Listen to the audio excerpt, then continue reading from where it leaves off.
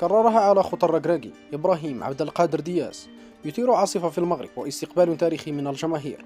كان هذا هو الظهور الأول لنجم ريال مدريد إبراهيم عبد القادر دياز بقميص أسود الأطلس في المباراة الودية ضد أنغولا، حيث حظي بحفاوة كبرى من الجماهير عند ذكر اسمه.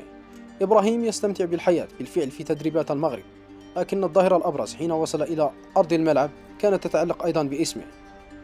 فقبلها خرج والد الركراكي مدرب المغرب في مؤتمر صحفي واحتد على أحد الإعلاميين بسبب إصراره على قول دياز، فقط إشارة للاعب العائد من تمثيل منتخب إسبانيا، ليكرر على مسامعه عدة مرات إبراهيم عبد القادر دياز.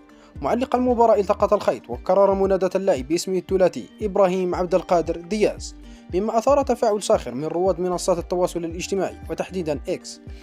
أما الصحفي الذي احتد عليه الركراكي فكان له سؤال وجيه بعيدا عن أزمة الاسم: كيف يلعب دياز في وجود زياش؟ الركراكي رد على هذا السؤال بكل وضوح، أشرك الثنائي معا أمام أنغولا وبينهما أيوب الكعبي في تجربة أولى مثمرة لإبراهيم عبد القادر. أصدقائي الكرام، لا تنسوا الإعجاب والاشتراك في القناة لكي يصلكم كل جديد.